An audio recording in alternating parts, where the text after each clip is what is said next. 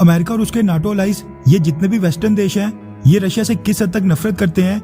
इस बात का अंदाजा आप इसी बात से लगा सकते हैं कि जब कोविड-19 के कारण इटली से लेकर अमेरिका के वॉशिंगटन में हजारों लाखों लोग मारे जा रहे थे, इन्होंने तब भी अपने देश के नागरिकों की जान बचाने के लिए रशिया से उसकी कोविड-19 की वैक्सीन नहीं मांगी, जबकि इन सभी देशों के कई नागरिकों ने खुद रशिया में जाकर ये वैक्सीन लगवाई थी। ऐसे में जहां पर ये वेस्टर्न देश अपने नागरिकों के लिए रशिया से दुश्मनी को पीछे रखकर रशिया से कोई भी मदद नहीं लेते हैं, तो आप सोच ही सकते हैं कि ये देश कैसे लो और मिडिल इनकम देशों के लोगों के बारे में सोचेंगे।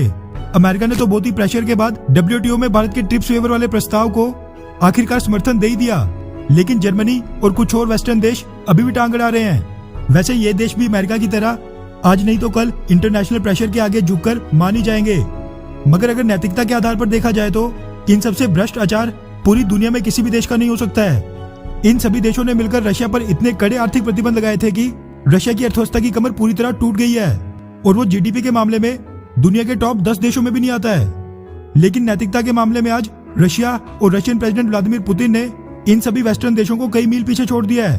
दरअसल Russia today, Hindustan times, Reuters और कई मीडिया हाउसेस के हवाले से मीडिया रिपोर्ट सामने निकल कर आ रही है कि रशिया के प्रेसिडेंट व्लादिमीर पुतिन ने ऐलान किया है कि WTO में कोविड-19 की वैक्सीन के इंटेलेक्चुअल प्रॉपर्टी राइट्स पर वेवर वाले प्रस्ताव का वो पूरी तरह समर्थन करते हैं। व्लादिमीर पुतिन ने अपनी स्टेटमेंट में कहा कि आज के समय हम सबको मैक्सिमम प्रॉफिट निकालने के बारे में नहीं सोचना चाहिए, बल्कि हमें अपने लोगों की सुरक्षा सुनिश्चित करनी चाहिए।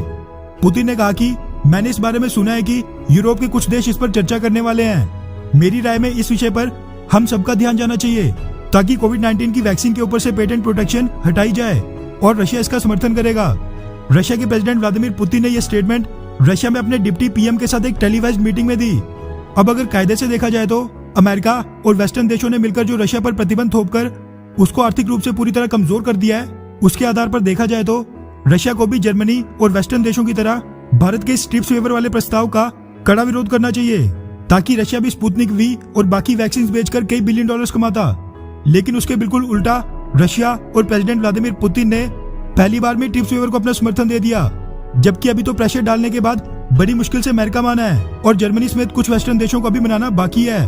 हैरानी तो इस बात की है कि इन सभी वेस्टर्न देशों ने अभी 30-40 साल पहले ही HIV एड्स के कारण उत्पन्न हुई मेडिकल इमरजेंसी से बिल्कुल भी सीख नहीं ली, जबकि कोविड-19 तो उससे भी ज्यादा विकराल रूप लेते जा रहा है। ऐसे में ये कहना बिल्कुल गलत नहीं होगा कि इन सभी वेस्टर्न देशों ने तो शर्म भी बेच खाई है।